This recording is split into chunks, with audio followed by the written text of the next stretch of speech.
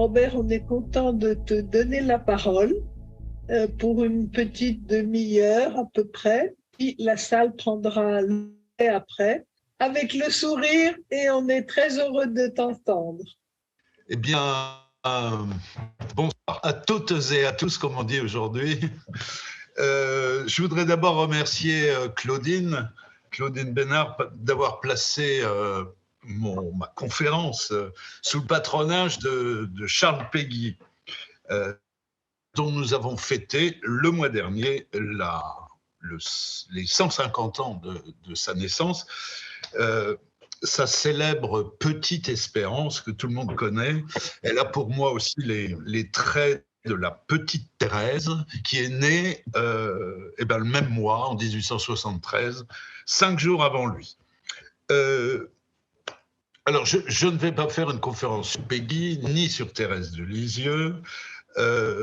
Je vais me contenter de quelques propos rhapsodiques sur le sujet qui vous occupe, avec pour seule intention finalement de donner raison ou de rendre raison à l'injonction d'Anne Soupa et de Christine Pedotti, espérer avec un point d'exclamation. Mais permettez-moi en exergue, si je puis dire, à mon intervention, de vous remettre en mémoire quelques lignes de Péguy extraites précisément du porche du mystère de la deuxième vertu. L'espérance est une petite fille de rien du tout, qui est venue au monde le jour de Noël de l'année dernière. C'est cette petite fille, elle seule, portant les autres, qui traversera les mondes révolus. C'est elle, cette petite, qui entraîne tout, car la foi ne voit que ce qui est, et elle voit ce qui sera. La charité n'aime pas ce qui est, n'aime que ce qui est, et elle aime ce qui sera.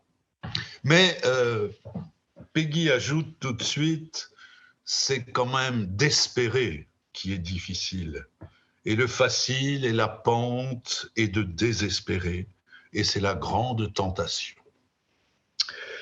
Alors, c'est la raison pour laquelle je vous l'avoue, je me suis toujours, même si j'ai beaucoup écrit sur ce sujet, je me suis toujours méfié de ces recours un peu trop faciles, trop rapides à l'espérance, dont se rendent coupables très souvent les prédicateurs chrétiens, étant entendu qu'il y a en chaque chrétien un petit prédicateur qui sommeille. Dans son roman intitulé « Maudit soit l'espoir », l'écrivain turc Burhan Sönmez, que j'aime bien citer, fait dire aux barbiers d'un quartier d'Istanbul, d'un quartier pauvre, « L'espoir est le mensonge des prédicateurs, des politiciens, des riches. Ils nous trompent avec des paroles, ils masquent la vérité. » Et dans ce livre, les ivrognes qui viennent faire salon dans sa boutique surenchérissent. Maudit soit l'espoir, vive le vin, l'espoir c'est de l'opium. Tout ça pour dire que les discours incantatoires des prédicateurs ne sont pas plus consolants que ce que j'appelle le fatalisme météorologique du fameux après la pluie le beau temps, puis toutes ces protestations d'optimisme assez plates et même vulgaires qui relèvent de la méthode Coué, vous savez, sur l'air de « Ah, ça ira, ça ne peut qu'aller mieux, tout va mal, mais il nous reste l'espérance. » Alors oui, maudit soit l'espoir et vive l'espérance, qui est tout le contraire d'un euphorisant. L'espérance, elle est indissociable de l'inquiétude. Une inquiétude et même une épouvante, si elle est sincère et bonne, au lieu qu'une espérance enchanteresse et mauvaise. C'est ce que dit encore Péguy. une espérance qui ne serait pas travaillée par l'inquiétude, ne serait qu'une sorte de, comment dire, de paresse. Ce que Peggy appelle d'ailleurs une patience anesthésique, qui finit dans la résignation, l'inertie, dans l'insensibilité et l'endurcissement. Je parle d'inquiétude, s'il en est une qui tenaille le cœur, en particulier des croyants, c'est précisément le destin de l'espérance dans notre monde. Tout se passe aujourd'hui comme si l'espérance elle-même, elle appelait au secours, comme si elle réclamait un droit à l'existence dans une société où son allégresse et puis, vous savez, la petite musique que lui inspirent les promesses de l'avenir sont étouffées par de tristes politiques de précaution, par une idéologie de la préservation et de la conservation des corps individuels que chacun traite comme un patrimoine de l'humanité qu'il faut sauver absolument du vieillissement. Donc l'espérance, eh bien oui, elle est beaucoup suspectée, elle est menacée de tous côtés, elle est disqualifiée d'abord en tant que vertu par la morale kantienne qui nous a appris à agir de façon juste, sans rien espérer en retour. Pour être vertueuse, la vertu ne devrait pas attendre de récompense. J'allais presque dire, il faudrait qu'elle soit désespérée. Et il en est qu'ils disent. L'espérance chrétienne, de son côté, a été largement, je ne sais pas la peine d'insister, suspectée, tournée en dérision par la critique marxiste qui a voulu n'y voir qu'un narcotique dont se sont servis les puissants de ce monde pour transformer le soulèvement des peuples, des masses, en résignation et les entretenir dans l'illusion de l'au-delà. Mais, par un effet de boomerang, l'espérance sécularisée des lendemains qui chantent, elle aussi, elle a pris du plomb dans l'aile. Et oui, on peut dire qu'elle n'est pas prête à reprendre son envol. Aujourd'hui, la critique de l'espérance n'est plus d'ordre politique. Elle viendrait plutôt de ces nouvelles sagesses qui sont distillées par des gourous philosophiques à la mode qu'affectionnent les magazines du bien-être, du développement personnel. Cette sagesse-là, elle n'a qu'un principe éthique, celui de la jouissance optimale, immédiate, plutôt que d'espérer un improbable bonheur à venir. Autrement dit, espérer, c'est se vouer au désagrément de la frustration. Et il y a déjà longtemps que Comte Sponville nous l'a appris, la condition de la béatitude, eh bien, c'est le désespoir. Alors, soit dit en passant, mais j'y reviendrai, il faut être riche, il faut être comblé de tout pour se payer le luxe d'un tel désespoir. C'est comme une morale nihiliste, une insulte à l'égard des pauvres qui, eux, connaissent le secret de l'espérance. Alors, comment bien parler de l'espérance? Que signifie espérer? Ce verbe, il vient du latin sperare, un verbe qui a fini par créer dans la langue française deux substantifs, l'un masculin, espoir, l'autre féminin, l'espérance.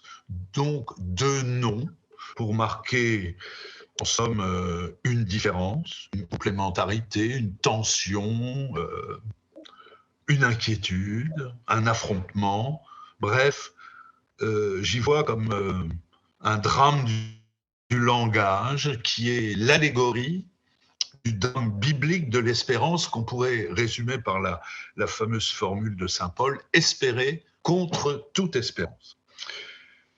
Les plus beaux textes qui expriment l'espérance biblique et qui décrivent l'avenir comme plénitude du bonheur vous le savez bien, on les trouve dans les finales des recueils prophétiques, Amos, Osée, Joël, Sophonie, chez les trois Isaïe, chez Ézéchiel et Daniel, bref, des textes qui tous recourent à des images cosmiques qui font refleurir le désert, couler le lait, le miel et le vin, qui font se réconcilier tous les hommes et tout l'homme avec la création et son créateur, comme le dira plus tard saint Paul, la création tout entière garde l'espérance, car elle aussi sera libérée de l'esclavage et de la corruption.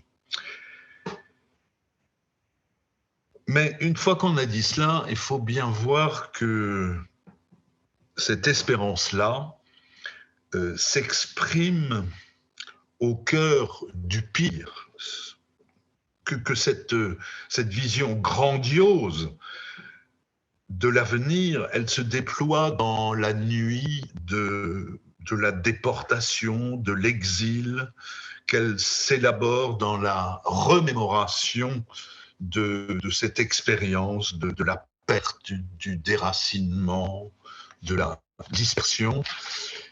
Et c'est pour cela que j'ai envie de vous dire, si nous ne voulons pas désespérer, il nous faut faire l'apprentissage de l'exil. Car exilés, nous le sommes en tant que, et je le dis là, en tant que chrétiens, nous sommes déportés sur une rive étrangère, nous sommes culturellement marginalisés, exculturés, comme on dit.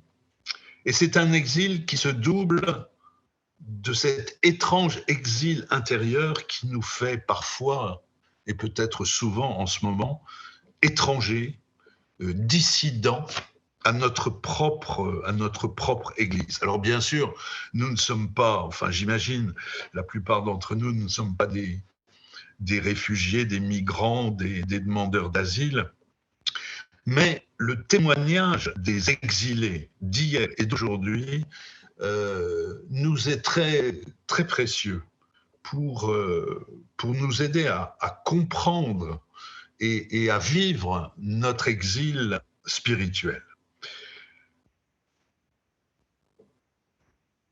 C'est l'exilé qui est le mieux capable de parler de l'espérance, parce qu'il peut le faire de ce qu'on pourrait appeler, à partir d'un savoir d'expérience, et non pas d'une connaissance intellectuelle.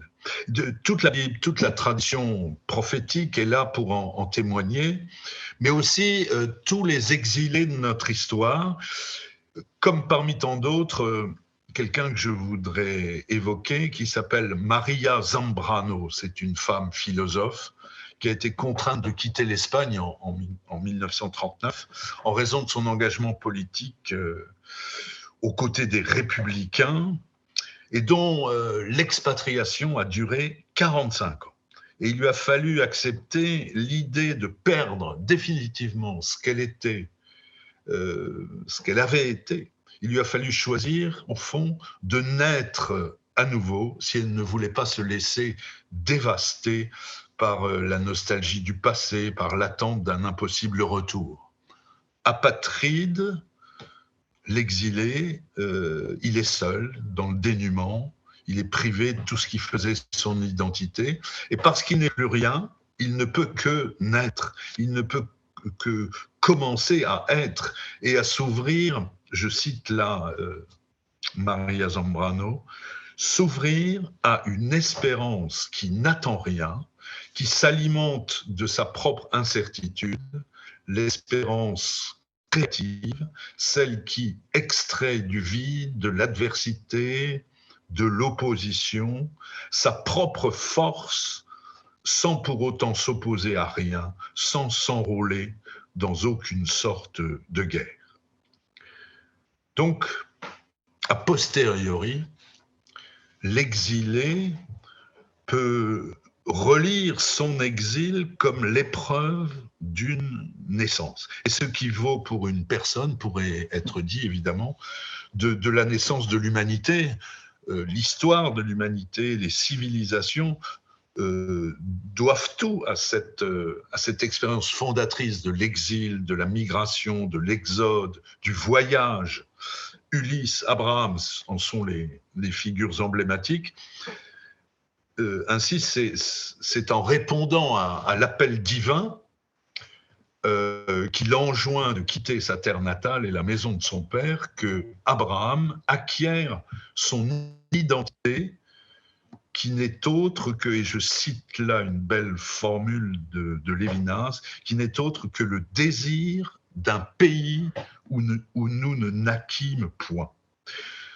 De retour d'exil, Israël devra se souvenir que son père était un araméen nomade qui descendit en Égypte, qu'il y vécut en immigré avec son petit clan, et c'est là qu'il est devenu une grande nation, puissante, nombreuse. Je cite là le Deutéronome. La promesse d'une terre la promesse d'une terre a fait d'Abraham un pèlerin qui est en quête d'hospitalité. Et c'est la raison pour laquelle ses descendants auront à exercer l'hospitalité vis-à-vis des étrangers résidents et à devoir les aimer.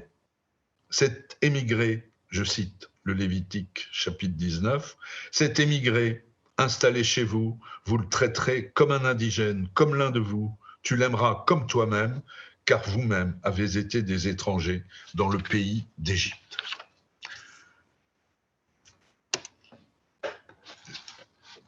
J'ai découvert assez récemment un intellectuel mexicain qui s'appelle Carlos Pereda et qui a analysé les témoignages, les écrits des Espagnols qui, tel Maria Zambrano, se sont exilés au Mexique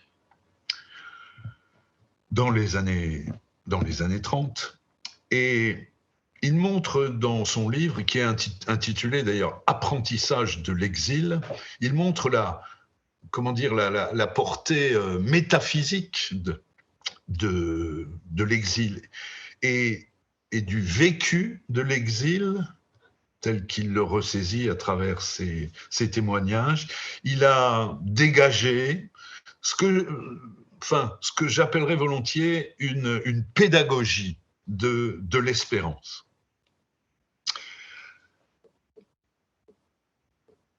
L'exil, donc, il le caractérise d'abord comme perte, évidemment. Donc c'est ça la première propriété de l'exil, c'est d'être vécu comme une perte douloureuse, qu'il s'agit d'assumer, dans laquelle il faut commencer par s'impliquer, se laisser affecter, se laisser envahir par les tourments de la mélancolie. Sinon, l'exilé se transforme en une sorte de touriste distrait qui est pas très enclin à s'activer, qui se contente de photographier les événements qui l'entourent et qui préfère au fond ignorer ce qui est en train de lui arriver. Mais après le temps de l'implication vient le temps de la prise de distance, pour ne pas s'installer dans le deuil définitif, pour ne pas s'accrocher à sa mélancolie. Et Pereda a cette belle formule: le désespoir cherche à ériger la souffrance en un mode de vie permanent. Et c'est de cela qu'il faut sortir. Deuxième modalité de l'exil, il le nomme résistance. Je m'explique, la douleur qui est causée par tout ce qu'il a fallu laisser derrière soi, le refus de perdre définitivement son identité, la colère, la rage provoquée par cette injustice, transforme nécessairement l'exilé en résistant. Et c'est pour lui un devoir moral, politique, de s'engager dans la lutte contre la domination, la tyrannie, la défense des minorités, la défense des droits humains en général. Mais Carlos Pereda fait aussi apparaître que la posture idéologique du résistant peut devenir contre-productive quand elle s'enferme dans la protestation, quand il devient une sorte de rentier de la protestation et de la révolte. D'où une troisième modalité de l'exil, vécue comme, je reprends son expression, comme oré, le oré, comme l'oré du bois. Pour dire que les exilés ne sont pas seulement des gens qui ont dit adieu à leur passé, ni non plus des rebelles qui, en terre lointaine, résistent, prophétisent une improbable révolution. Leur exil peut leur ouvrir la porte de nouveaux apprentissages, les mettre à l'orée de nouvelles expériences. Ainsi, vivre l'exil comme une orée, je cite là l'auteur, consiste à rompre avec le cours habituel des désirs, des croyances, des émotions, des espérances, en faisant des expériences de l'exil une ouverture vers d'autres possibilités, vers d'autres formes d'existence et de sociabilité. Bref, celui qui vit à l'orée cesse de se recroqueviller sur la perte ou de se crisper dans sa militance. Il vit son exil comme la possibilité d'un nouveau départ. Il ne cherche plus à se libérer, mais à être libre.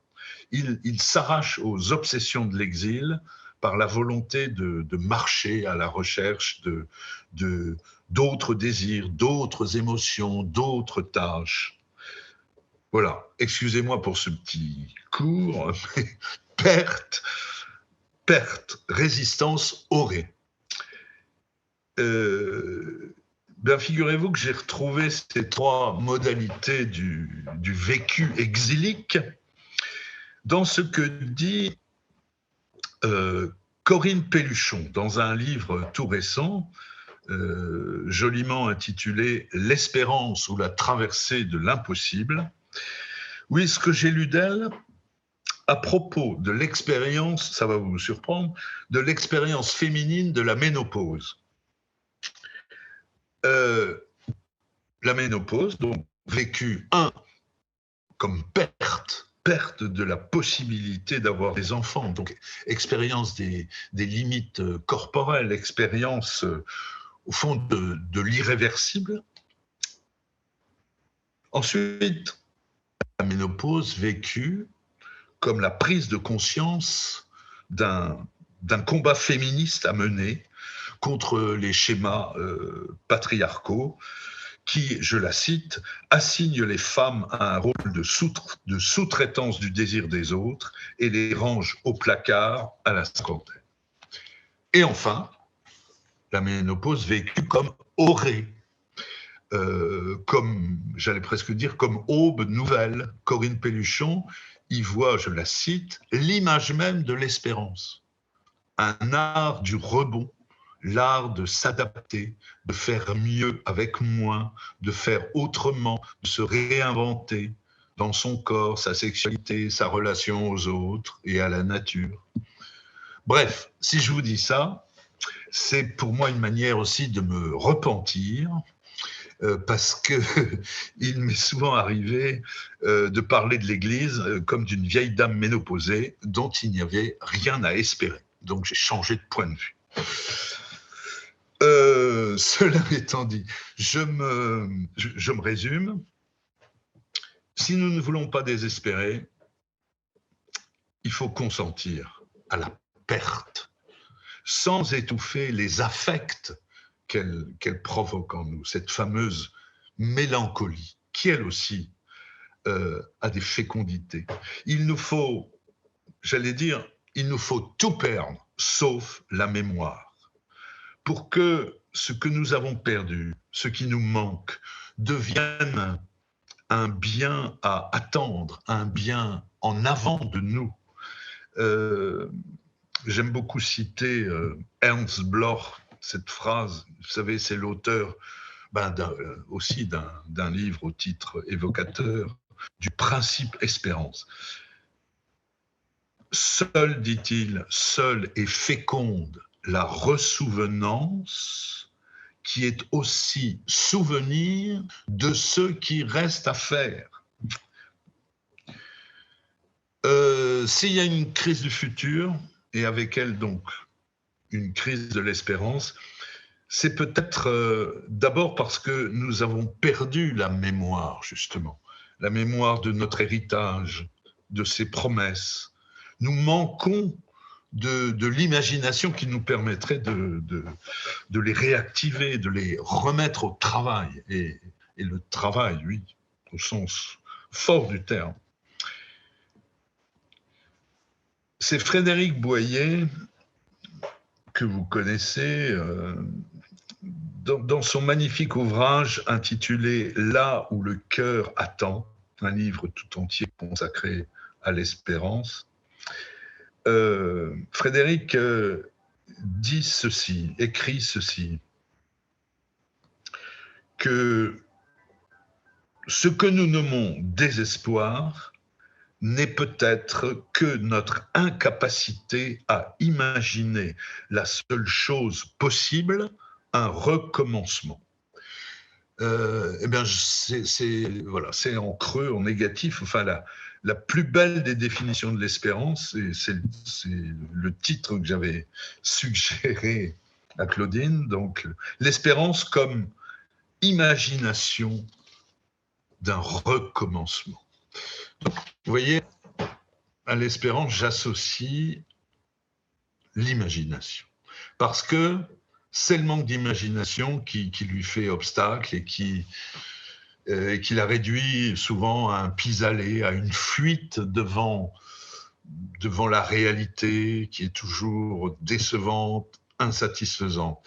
Mais justement, il revient à l'imagination de transformer le négatif, le manque, la perte, le vide, en ouverture. Il y a dans l'imagination, il y a une puissance de refus qui s'oppose à ce qui est, mais ne devrait pas être, à tout ce qui étouffe la liberté, à tout ce qui nous porterait à la désolation, à la soumission. Alors, bon, l'imagination dont je parle, c'est pas la fantaisie de faire n'importe quoi, c'est le soulèvement du désir contre l'état des choses qui nous aliènent, qui nous mutilent. Emmanuel Kant parlait de la libre légalité de l'imagination. Ce qui veut dire que l'imagination a tous les droits. Elle s'offre à nous comme la liberté première de réorganiser le monde autrement, plus justement. Et c'est en ce sens qu'elle rend active, qu'elle réactive l'espérance et qu'elle fait de nous des acteurs du possible. Ma réflexion sur le sujet doit beaucoup à un livre énorme et fabuleux de Georges Didi Huberman, qui est intitulé, alors là aussi, le titre à lui tout seul suffirait presque, le titre c'est « Imaginer, recommencer ». Voilà, c'est un livre qui est une véritable plongée dans la pensée de ceux qu'il appelle les survivants d'une révolution trahie, pour désigner les philosophes et les artistes juifs allemands, socialistes, qui gravitent autour de Ernst Bloch, que j'ai cité, de Walter Benjamin, Hannah Arendt, Scholem, Kafka, Brecht et bien d'autres. Beaucoup d'entre eux, évidemment, ont dû s'exiler en 1933, il y a exactement 90 ans, en janvier 1933, à l'arrivée d'Hitler au pouvoir. Alors, je me permets de vous citer un petit passage de Didi Huberman, inspiré justement par l'expérience de ces hommes. L'imagination, c'est ce qui donne forme à la perte ou au manque suscité par nos deuils ou nos désirs. Elle transforme le moins en plus, la négativité abstraite en chatoiement sensible, l'insatisfaction en exubérance. Sans doute, la réalité est-elle encore insatisfaisante ou défectueuse, comme dit souvent Ernst Bloch. Elle nous laisse donc en proie à une sensation de creux, de vide.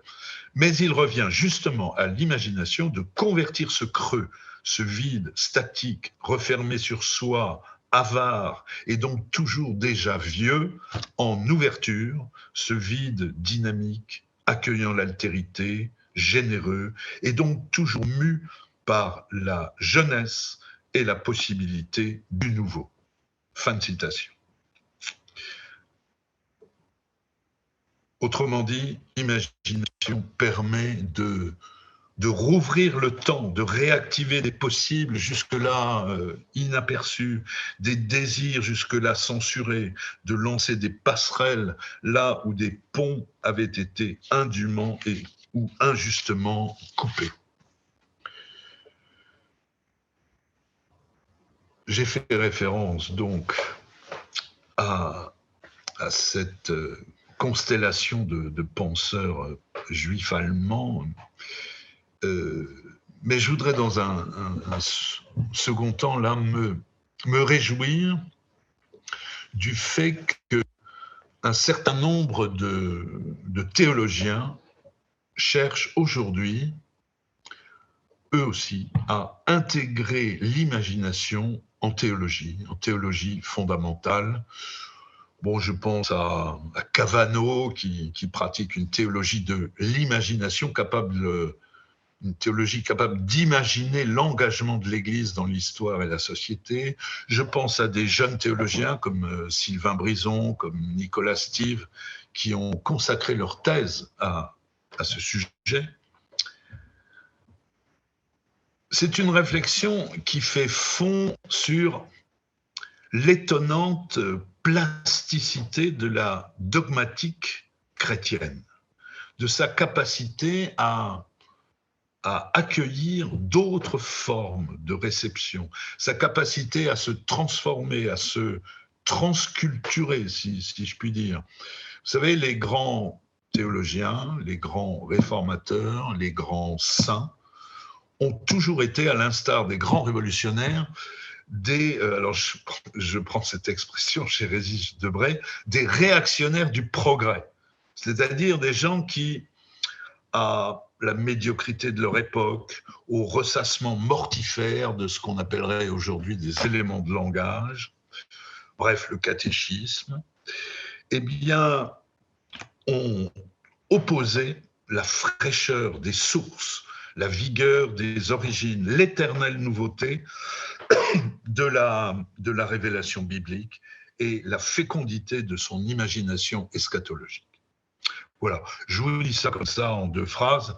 Il faudrait évidemment, et je ne le ferai pas bien sûr, mais il faudrait le montrer, le prouver, etc. à partir de toute la grande tradition. Il faudrait s'arrêter au père de l'Église, il faudrait évoquer François d'Assise, il faudrait évoquer Saint Thomas d'Aquin, etc., etc.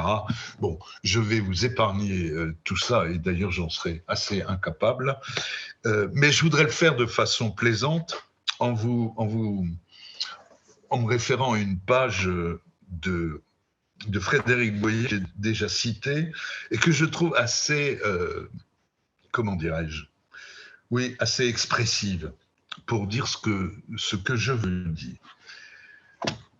Frédéric Boyer a écrit ceci. Il est possible que la naissance de ce qu'on appellera le christianisme soit comparable à l'apparition du rock'n'roll. Un timbre, des rythmes nouveaux à partir de rythmes anciens, de musiques et de chansons connues, chants des folklores européens, psaumes, hymnes religieux ou populaires, musique de joueurs de rue, rythme des vagabonds country, chants d'esclaves, rythme nègre.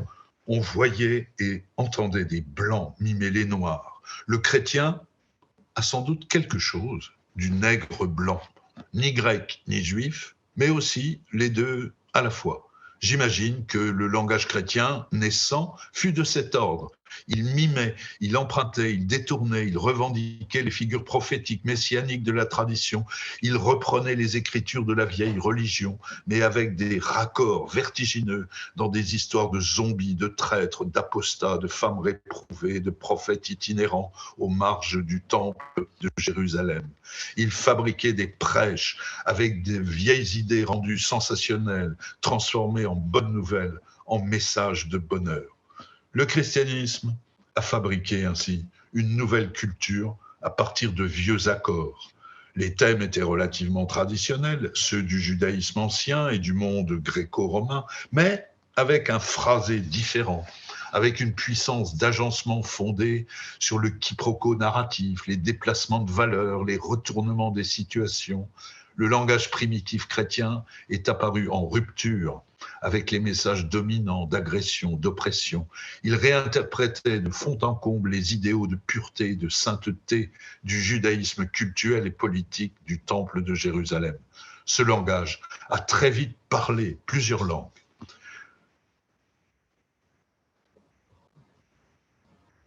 Excusez-moi, j'ai perdu la ligne. Si christianisme il y eut, ce fut aussi... Non, je vais m'arrêter là, sinon ça m'entraînerait trop loin. Je pense que vous aurez compris ce que je voulais laisser entendre par ces propos suggestifs à mon goût.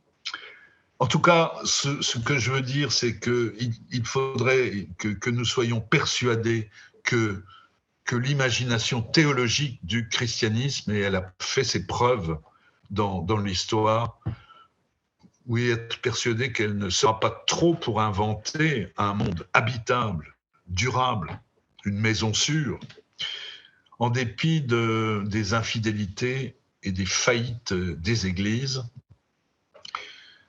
L'idée chrétienne est l'avenir du monde. C'est ce qu'osait dire Chateaubriand à la fin de sa vie. Il avait connu donc l'Ancien Régime, il avait chanté le génie du christianisme, il avait connu la Révolution française, les premiers pas de la démocratie, il avait fait le voyage des Amériques. Alors bien sûr, bon, nous avons changé d'époque, mais ce qu'il écrit à la fin de ses mémoires d'outre-tombe, c'est d'une actualité saisissante. Et là encore, je me permets de vous faire une grande citation. Voilà ce qu'il dit. « Je ne prétends pas qu'une rénovation générale ait absolument lieu, car j'admets que des peuples entiers soient voués à la destruction. Nous n'en sommes pas loin. J'admets aussi que la foi se dessèche en certains pays. Nous y sommes. Mais s'il en reste un seul grain, s'il tombe sur un peu de terre, ne fût-ce que dans les débris d'un vase, ce grain lèvera, et une seconde incarnation de l'esprit catholique ranimera la société. Ma conviction religieuse, en grandissant, a dévoré mes autres convictions. Il n'est ici-bas chrétien plus croyant et homme plus incrédule que moi.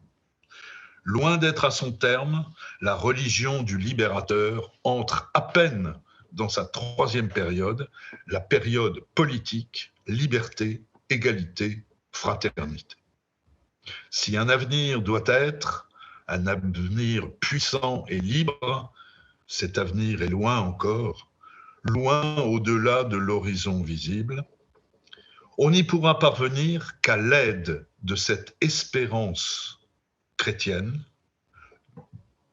dont les ailes croissent à mesure que tout semble la trahir. Espérance plus longue que le temps est plus forte que le malheur. Je relis. Cette espérance chrétienne, dont les ailes croissent à mesure que tout semble la trahir, espérance plus longue que le temps et plus forte que le malheur. Je vais conclure en rappelant, s'il le fallait, que l'espérance n'est pas une valeur. D'ailleurs, je déteste cette manière qu'on a aujourd'hui de réduire le christianisme à une somme de valeurs. L'espérance est une vertu. Et en plus, une vertu théologale. Théologale, ça veut dire qu'elle vient de Dieu pour aller à Dieu. Elle se nourrit d'un inespéré qui l'excède. Non pas comme l'avenir lointain d'une utopie, mais comme la promesse d'un événement, sauf que cet événement, il a déjà eu lieu. Et c'est ça qui fait la sagesse de l'espérance chrétienne, c'est de ne pas compter sur le seul exaucement de ses attentes, sur l'accomplissement de désirs dont elle sait l'ambiguïté, l'illusion, mais sur le surgissement d'une nouveauté qui n'est déductible de rien si ce n'est de l'imprévisible d'une grâce. Un inespéré tel qu'au lieu de s'abolir dans son imprévisible réalisation, il vient au contraire relancer l'espérance de son avènement. Cet inespéré, il a pris le nom de résurrection. L'événement de Pâques, c'est cela, il fait se lever le vivant là où tout espoir s'est effondré. Le relèvement de Jésus n'exauce pas un espoir brisé, mais suscite l'espérance, et contre toute espérance, de ce qui demeure inespéré. Pour le dire autrement, l'inattendu de la résurrection ne comble pas les attentes de l'espérance, mais la fait renaître, cette espérance, comme événement inaugural, comme don des prémices de l'esprit. Cet esprit qui, au gémissement de l'attente humaine, mêle ses gémissements inexprimables. Au plus intime des cœurs, il rend témoignage à l'espérance de Dieu lui-même, le Père qui cherche et attend ses fils et ses filles pour leur rendre dignité et beauté. Et c'est en ce sens-là aussi que l'espérance est une vertu théologale, parce qu'elle est la vertu d'un Dieu qui espère l'homme de toute éternité. Et Peggy a dit cela de façon magnifique dans le Porche que je vous ai cité pour commencer, et je vais terminer par lui. Vous savez, dans les 3 paraboles qu'il appelle les paraboles de l'espérance, donc en Saint-Luc chapitre 15, ces paraboles qu'il relie, la brebis perdue, la drachme perdue, le fils perdu, eh bien, ce sont eux qui ont fait, je le cite, trembler le cœur même de Dieu, du tremblement même de l'espérance, qui ont introduit au cœur même de Dieu la théologale espérance. Voilà, sur ces forts propos, je m'arrête et je vous remercie de votre patience.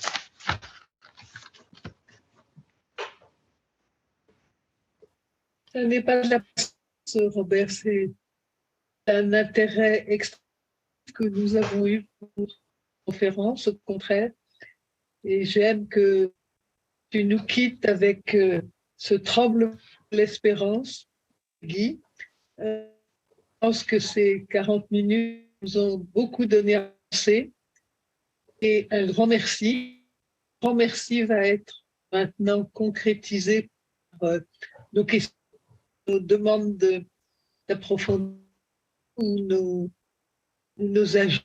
Voilà, il y a déjà une main levée de toi.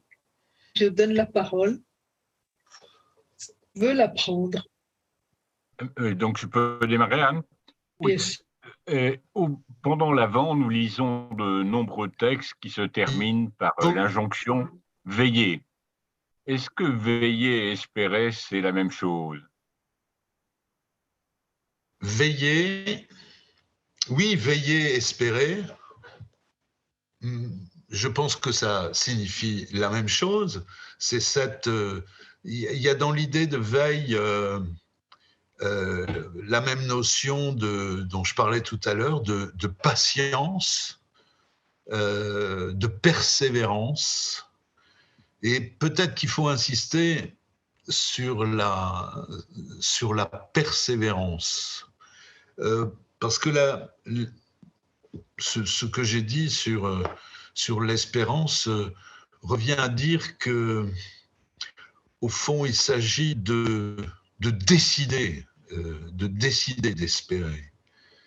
Et donc de persévérer dans la veille. Et la veille, en plus, veiller, c'est on veille au cœur de la nuit. Donc pour moi, il y a évidemment une proximité entre cette double thématique qu'on retrouve d'ailleurs dans les paraboles de Jésus. Je me souviens avoir lu un jour un auteur qui pour distinguer l'espoir et de l'espérance, utilisait vous savez, la parabole des jeunes filles, les folles et les sages, celles qui, auxquelles il manque j'allais dire, cette ration supplémentaire d'huile qui leur permettra, en dépit de tout, de continuer à espérer celui qui doit venir.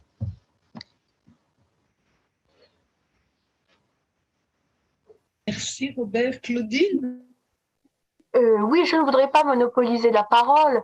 Ce qui me frappe, Robert, en lisant vos textes et en vous écoutant, c'est justement ce rappel de la mémoire, de la tradition que vous-même vous réactivez à travers toute cette lecture de si nombreux auteurs avec lesquels vous dialoguez, dont vous accueillez la parole. Et donc, je me dis que finalement, un des ressorts de l'espérance, pour alimenter justement cette volonté d'espérer, c'est finalement la culture, c'est cultiver notre mémoire, la tradition. Et j'ai l'impression qu'aujourd'hui, il y a vraiment un désamour de la culture, une ignorance justement de là d'où nous venons, et comment dire, et du coup, ne nous alimentons plus à cette source qui pourtant est tellement essentielle. Je ne sais pas ce que vous en pensez. Je ne peux qu'abonder dans votre sens. Enfin, j'y ai fait allusion tout à l'heure, enfin trop rapidement, mais il me semble que l'espérance, eh bien, écoutez, ça se travaille, quoi. C'est pas donné comme ça, c'est pas simplement une affaire de bon tempérament, ou voilà. C'est pas comme le look d'autrefois, naf, on l'a ou on l'a pas. Non, ça se travaille, ça se décide, ça se travaille, et ça se travaille par justement par cette anamnèse incessante de la tradition, par aussi le souci de la réentendre par des voix autres. Je veux dire que il y a beaucoup d'auteurs, beaucoup d'artistes loin de notre tradition chrétienne qui nous donnent les moyens d'ouvrir nos oreilles, qui libèrent en nous des espaces nouveaux de compréhension. Voilà, donc oui, bien sûr que je suis d'accord, je ne peux qu'être d'accord avec vous à propos de la culture. Merci. Est-ce qu'une question vient passer sur nos écrans? Bon, je ne veux pas couper la parole à personne. il me semble que vous avez aussi un grand souci finalement de ceux qui sont dans le désespoir, ceux pour qui, comme pour Thérèse à la fin de sa vie, s'élève un mur devant eux. Et je sais que vous êtes très sensible à ce fait que on a du mal à comprendre comment, dans le désespoir, nos contemporains peuvent tenir, l'énergie qu'il leur faut pour tenir malgré tout, pour tenir debout. Peut-être que vous pourriez nous en dire un mot. C'est toujours délicat de parler de ça parce que on est tellement impliqué soi-même.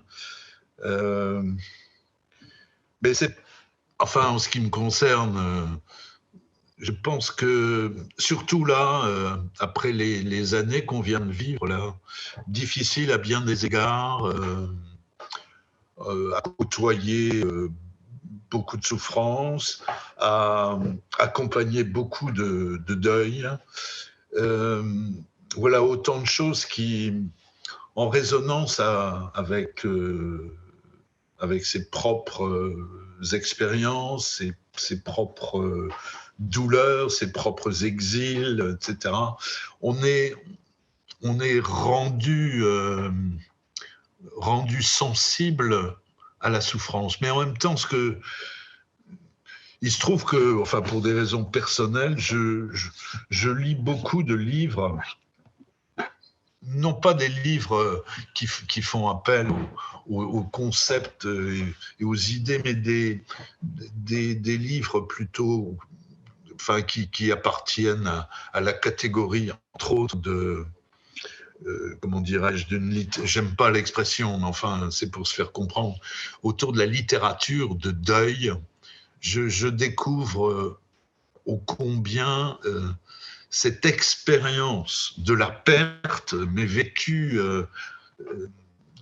dans toute sa profondeur, est la source d'un incroyable sursaut de vie et réveille des capacités inattendues de faire face, des capacités de réenvisager l'avenir autrement et surtout d'élargir comment dirais-je,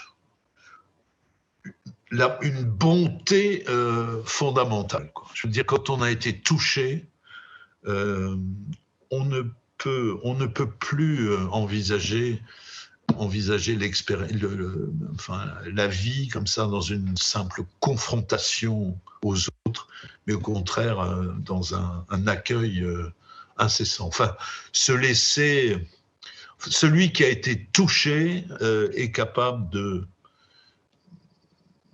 de se laisser encore toucher par le malheur des autres et contribuer ainsi à une sorte de communion, certes dans l'épreuve, mais aussi communion dans l'espérance pour le coup. Excusez-moi, je bafouille un petit peu.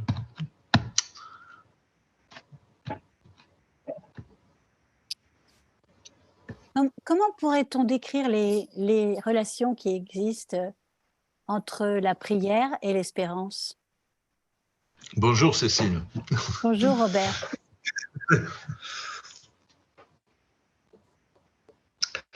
Alors, je dis ça parce que j'ai l'impression que la prière, c'est, comme tu l'as dit tout à l'heure, tu as dit il faut s'exercer. Il faut s'exercer à l'espérance. J'ai l'impression que la prière peut être une de ces façons de s'exercer à l'espérance, mais j'aimerais bien en entendre davantage sur ce lien entre les deux. Ouais. Merci beaucoup. Il y a déjà ce qu'on disait tout à l'heure sur la veille, la prière comme veille. Mais ce qui est quand même frappant, c'est que si on prend les psaumes, par exemple, les psaumes, certes, ils expriment justement la douleur de de l'absence, la souffrance, il y a tous les affects humains et particulièrement ceux de l'exilé qui se souvient, et qui espère la délivrance. Mais quand on regarde les psaumes, ils ne se réduisent pas à la, comment dirais-je, à la plainte, ils sont fondamentalement action de grâce, gratitude au cœur même de la situation douloureuse, enfin d'exil, comme je l'ai dit tout à l'heure.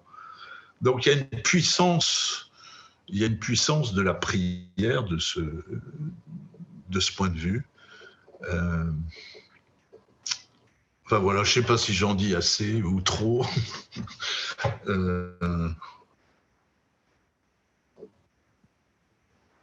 Merci, Jean-Louis. Oui, merci. Actuellement, je vais voir une fois par semaine un ami qui est un peu plus jeune que moi, qui a la maladie de Charcot. Depuis 2 ans, il est probablement en fin de vie. Et j'avoue que on lit, il est très, très chrétien, même pieux, plus que moi. Et on lit les textes de la messe du jour, mais alors je bute sur l'espérance, comme je bute sur la souffrance en général. Mais ça m'est pas, c'est pas possible, quoi. Alors, est-ce que parler de l'espérance n'est quand même pas réservé à ceux qui vont bien?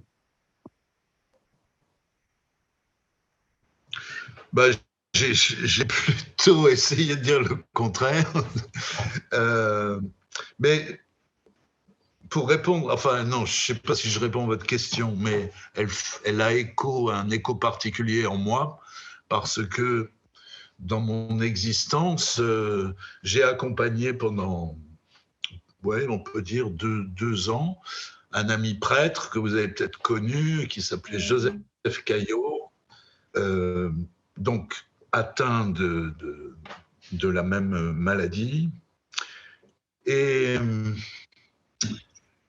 donc voilà, je crois que le désespoir, enfin, pas le désespoir, mais la souffrance de voir un homme se dégrader comme ça, il était de mon côté, et l'espérance, elle était de son côté. Il a écrit des choses, il a dit des choses et les a écrites à ce sujet qui sont formidables sur le courage de l'abandon, et c'est des textes que j'ai d'ailleurs souvent cités.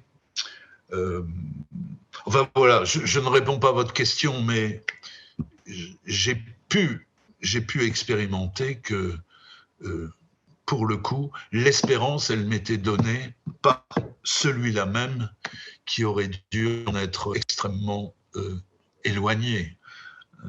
Voilà. Merci. Merci. Je me fais une question, Robert.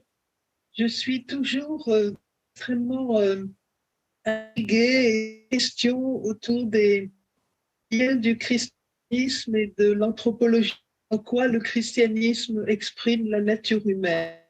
Et je me demande si l'espérance n'est une sorte d'épanouissement plus large de la première expérience de séparation que nous avons lorsque nous sommes nés et de la deuxième expérience de séparation lorsque nous nous sommes séparés de notre parent par le complexe d'Édipe.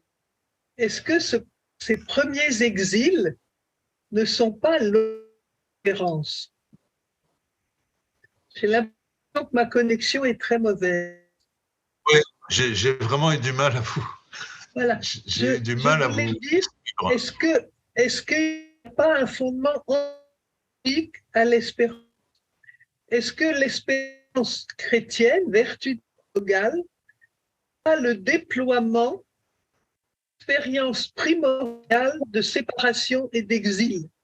Séparation du ventre maternel et séparation d'Oedipe de nos parents de se opposer. Voilà, c'est un peu sommaire, mais voilà, moi j'aime tisser ces liens et je voudrais bien savoir ce que tu en penses. Oui, je pense que vous avez raison sur ce point. D'ailleurs, quand j'évoquais l'exil, voilà, dans ma tête, c'est plus que la figure concrète du migrant, etc. C'est fondamentalement que, anthropologiquement, oui, voilà. que l'homme est un exilé, un séparé. Et je me suis souvenu aussi de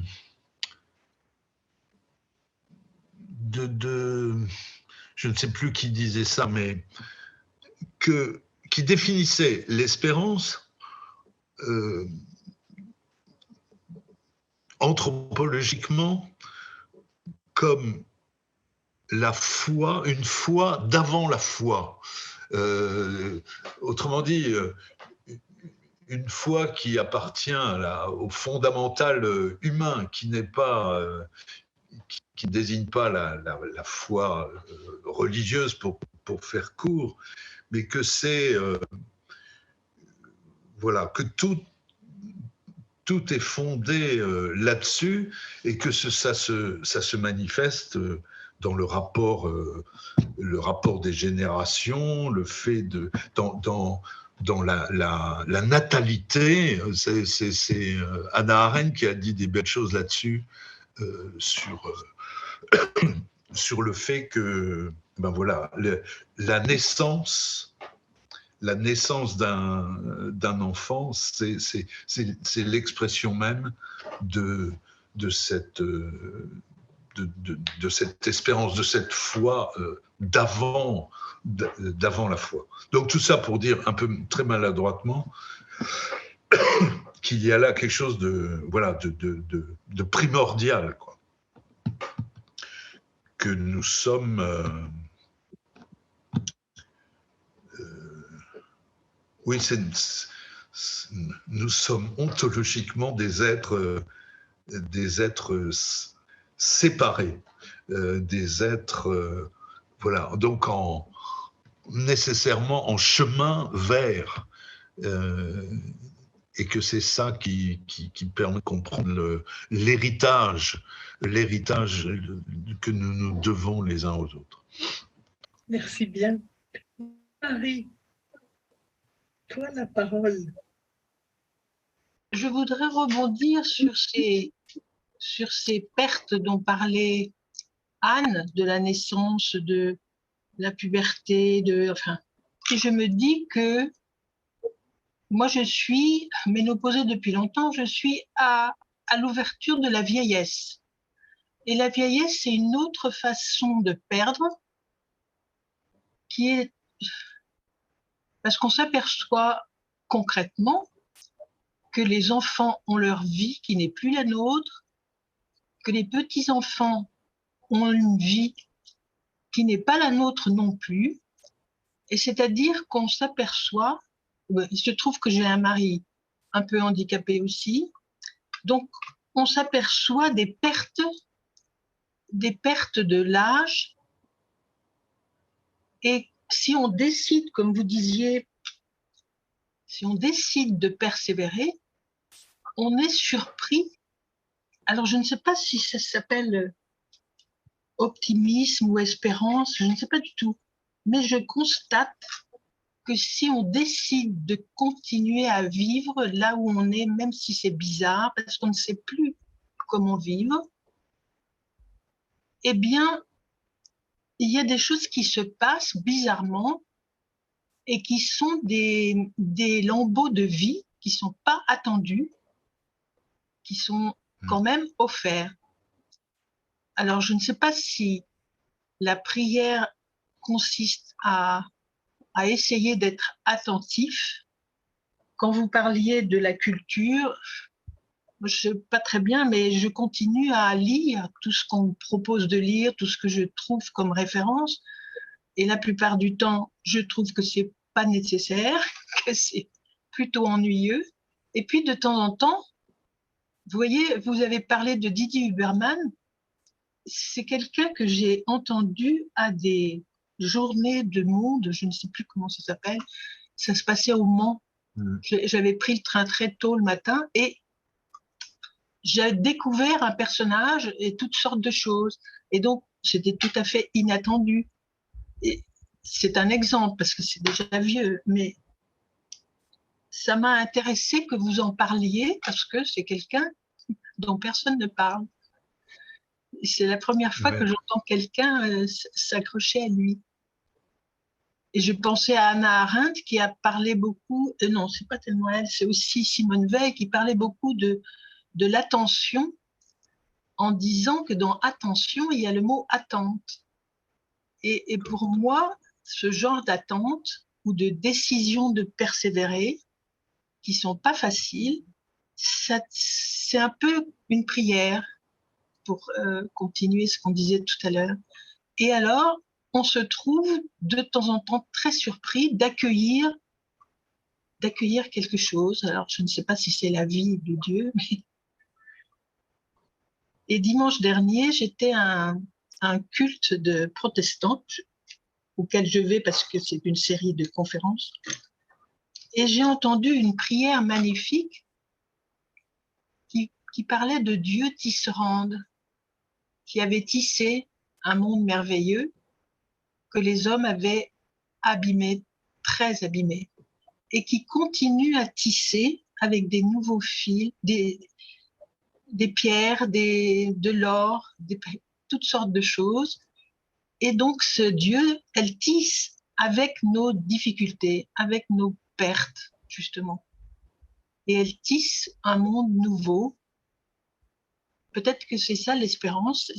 Je suis très contente de cette soirée parce que je trouvais le mot espérance très bizarre. Et le livre de Anne et Christine, je me disais, mais espérer quoi? Qu'est-ce que ça veut dire? Et en fait, je pense que rester ouvert à la vie, c'est déjà ça.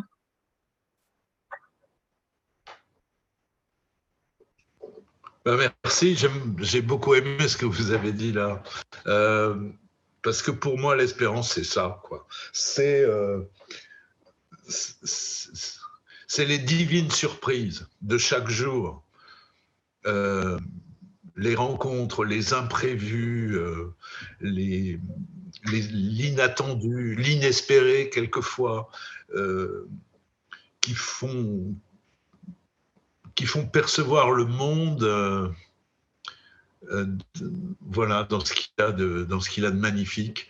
Il y a des rencontres absolument formidables, des choses inédites. Et voilà, c'est ça, être du côté de l'espérance, dans un monde où, bon voilà, si on est biberonné complètement aux infos permanentes au long des jours. Évidemment, on a tout lieu d'être dépressif, quoi. Mais il y a le fait d'être attentif, de se laisser étonner, surprendre par ce qui advient, par ce dont qui n'est pas le fruit de nos simples efforts, mais qui nous est donné. Voilà, c'est ça qui, je pense, nous enracine dans l'espérance. Et chacun pourrait en témoigner. C'est ça aussi qui rend possible la prière, d'action de grâce, la gratitude, et qui modifie notre regard sur les autres et nous rend capables d'hospitalité, quoi. En tout cas, merci pour ce que vous venez de dire. Merci à tous les deux. Est-ce qu'une nouvelle question, Phil? Profitons-en. C'est un bon moment que nous vivons et c'est le temps d'échange et de l'apport. Odile? Oui. Dans votre texte, Robert, vous parlez de l'hospitalité comme d'un absolu, l'hospitalité inconditionnelle. Voilà, là on vient de parler de l'hospitalité. Est-ce que vous pouvez nous dire un mot là-dessus? Parce que finalement, si l'hospitalité inconditionnelle, c'est le mot de l'espérance, ça nous ouvre là aussi à tout un monde, y compris d'exigences infinies.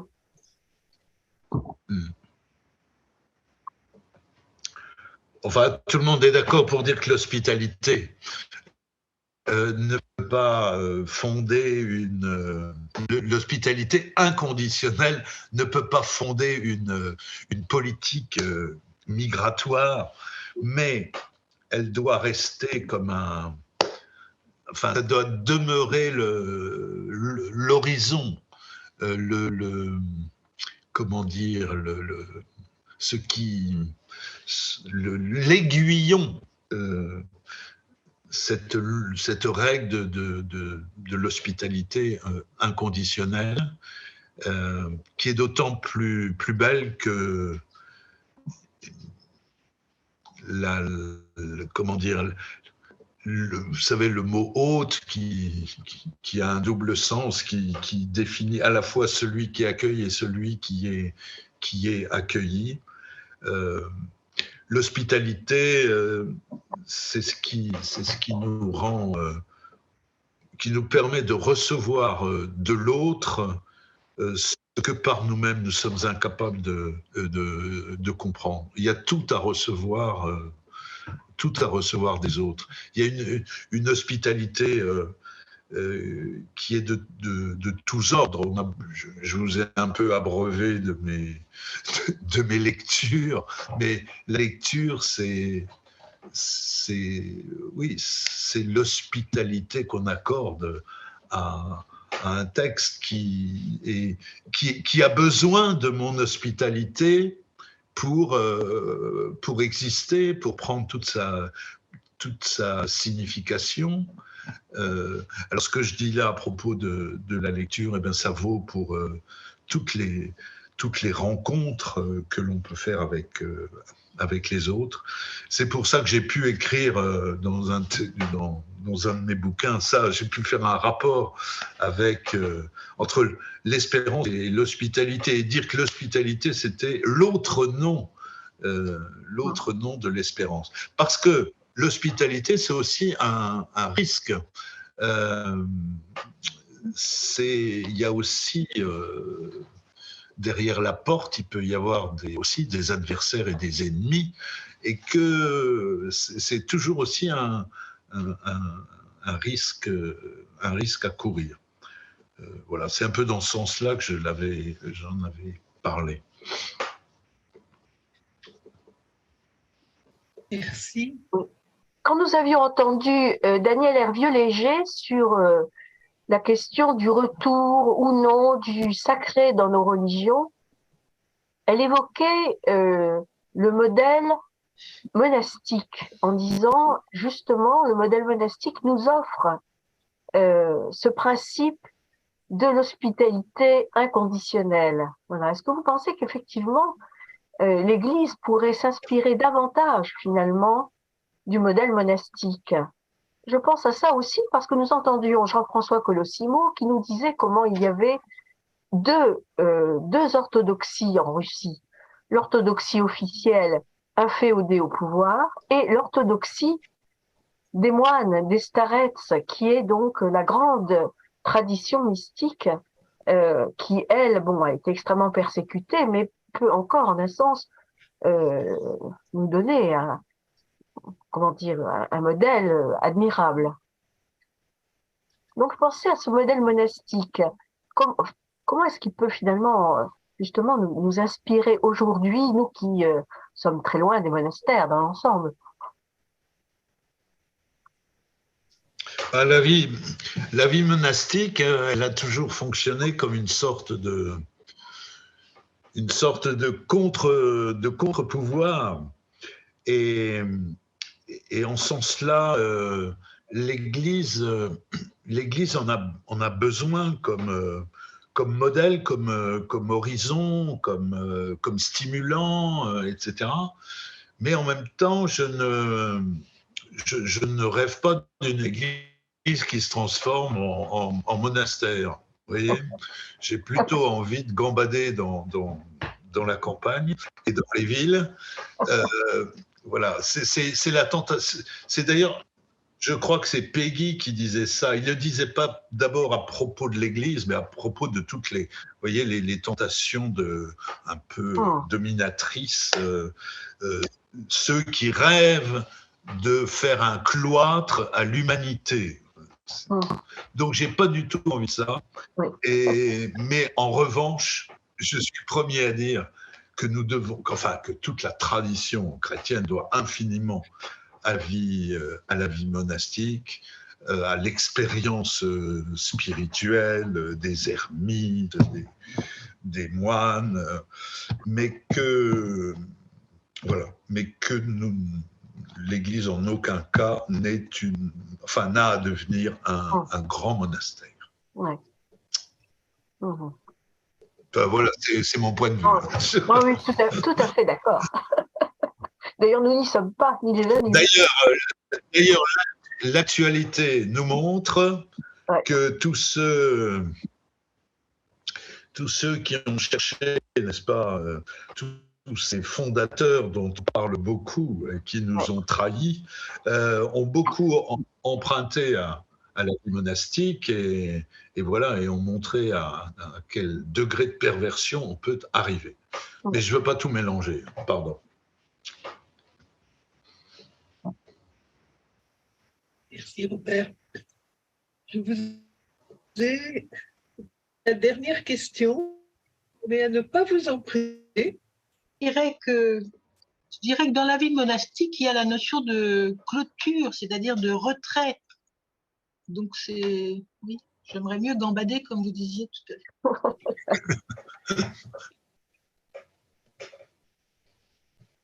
S'il n'y a pas d'autres questions, moi je ferai volontiers la publicité pour les 2 livres que j'ai lus. Voilà, je n'ai pas tous lu les livres de Robert Scholtus, mais voilà, il y a une réédition du livre Petit christianisme d'insolence, voilà, puisque vous dites qu'il faut redonner la parole à la langue, voilà, une parole vivante au lieu de ressasser et rabâcher. Donc je pense que là, vous nous en donnez l'exemple. Et donc de 2019, Danser en plein séisme, voilà.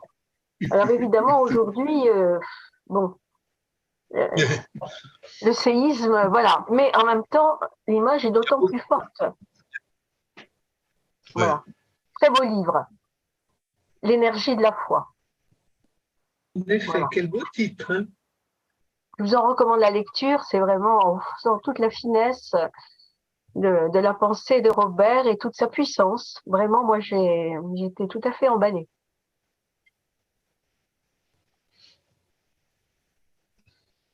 Mais c'était assez amusant aussi parce que nous avions, il n'y a pas très longtemps, Yann Boissière, donc le rabbin Yann Boissière, qui nous a parlé de son dernier livre, qui est Le courage de croire. Courage, croyons. Voilà, donc cette idée du courage, de la volonté à mettre en œuvre, de la mobilisation de nos énergies, justement dans la rencontre de l'autre, avec l'idée que chacun peut allumer des petites lumières dans ce monde qui peut nous paraître très ténébreux, mais chaque petite lumière, chaque petite bougie a cette capacité finalement d'éclairer beaucoup. Et ça aussi, c'est un facteur d'espérance. Voilà. J'avais eu un peu la même idée au Brésil en reprenant une image de Dom Helder dans des situations qui sont, qui sont absolument en dehors de toute portée de l'homme, Voilà, mais il y a des petites fleurs qui surgissent et c'est déjà considérable. Et ces fleurs-là alimentent l'espérance et donnent l'espérance, qui peut conduire à la foi. Merci, Claudine. Robert, on vous laisse conclure peut-être, voilà. Qu'est-ce que vous avez envie de nous dire pour terminer? Nous qui vous remercions de ce moment magnifique passé ensemble. Non, bah, je vais reprendre l'injonction, quoi. Il faut décider. Il faut. On n'aime pas ça en général, dire il faut. Mais dans la situation où nous sommes, voilà, il faut décider d'espérer. Et il y a quelques années, je suis en train de ne plus trouver son nom, collaborateur d'Esprit, comment il s'appelle, avait écrit un livre intitulé « Que m'est-il donc arrivé ?» Ah oui. Oui. Parlant de Guy Coq. Guy Coq, voilà. Avait écrit un très beau livre. Oui. Que m'est-il donc arrivé? Parce qu'il s'était, il raconte comment il s'était, comme ça, il avait un peu dérivé loin de la foi, etc. Et il en vient à dire ça, quoi, que, ben voilà, l'espérance, ça relève d'abord de la décision, de la mobilisation des énergies, de la force, la faible force et la faible clarté de cette petite luciole dont vous parlez. Voilà, et ben faire fond là-dessus, c'est capital. Et puis, ce que disait une des intervenantes, j'ai oublié le nom, là, aussi cette attention, cet accueil constant aux grandes surprises, aux inattendus, de tout ce qui nous advient chaque jour, et il y a toujours des choses formidables qui viennent apporter un démenti à la détresse ambiante. Bon, mais j'aime pas faire des mots, des mots du père. C'est pas le cas. Peut-être que nous avons particulièrement une responsabilité, il y a une responsabilité chrétienne dans la société au sujet de l'espérance. Si le monde est désespéré de nous, que c'est pas à nous, chrétiens, de rappeler l'espérance et de vivre l'espérance surtout. C'est pas une de nos responsabilités finalement. Absolument, oui. Nous sommes redevables au monde de cette espérance. C'est dans ce sens-là aussi qu'il faut espérer, non pas simplement pour mieux nous sentir, pour notre confort personnel, mais parce que ça relève de notre mission, si je puis dire.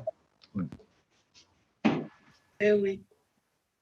Jean-François, tu voulais quelque chose, Jean-François? Oui, simplement, je voulais dire, il ne faut pas non plus mettre trop l'accent sur la volonté, parce que ça devient du stoïcisme, c'est plus de l'espérance. Oui, je comprends ce que vous voulez dire. Oui, c'est une objection recevable. Mais cette volonté, c'est pas celle, c'est pas le volontarisme. Mais c'est pour dire, j'ai essayé de dire ça, là vous citiez tout à l'heure mon livre, L'énergie du foi, j'ai essayé d'exprimer ça dans ce petit livre, c'est que évidemment il faut pas céder au volontarisme, il faut prendre en compte la gratuité, c'est la foi qui sauve, c'est pas nos bonnes œuvres, nos bonnes actions, etc., c'est bien connu. Mais il faut pouvoir nous mettre dans des conditions où on soit en mesure justement d'accueillir le don de la foi. Vous savez, on fait toujours appel à l'image de Pierre qui vient à la rencontre de Jésus en marchant sur l'eau, mais voilà, mais il coule et en même temps, voilà, il est, comment dirais-je, la rencontre, le salut a besoin de ce petit pas de la volonté, voilà, sans laquelle on n'est pas disponible au salut qui nous est offert. Enfin, je dis ça un peu mal, mais si ça vous intéresse, j'ai écrit ça dans mon petit bouquin à propos du danser en plein séisme. Voilà, alors. Je pense qu'on peut déjà refuser de céder au désespoir. C'est ça peut-être le premier acte. Le refus de se laisser embarquer.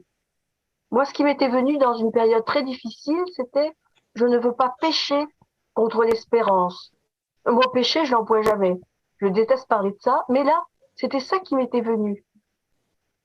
Comment dire, il y a dans le fait de céder au désespoir, il y a là effectivement comme un abandon que de par la foi qu'on a reçue ou qu'on a eue, on ne peut pas adhérer. Premier acte de volonté, c'est refuser le désespoir. Je ne sais pas si vous seriez d'accord avec ça. Mais...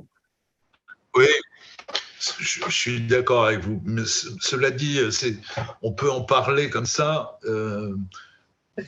Quand vous rencontrez des personnes vraiment en situation difficile, vous voyez, comment dire, ce propos ne peut naître que de l'expérience vécue. Oui. Vous ne pouvez pas en faire une doctrine. C'est la question. C'est ce qu'elle appelait, comment, Maria Zambrano, là, un savoir. Il n'y a en la matière que un savoir d'expérience. Il n'y a pas une connaissance, une doctrine dont nous serions les défenseurs.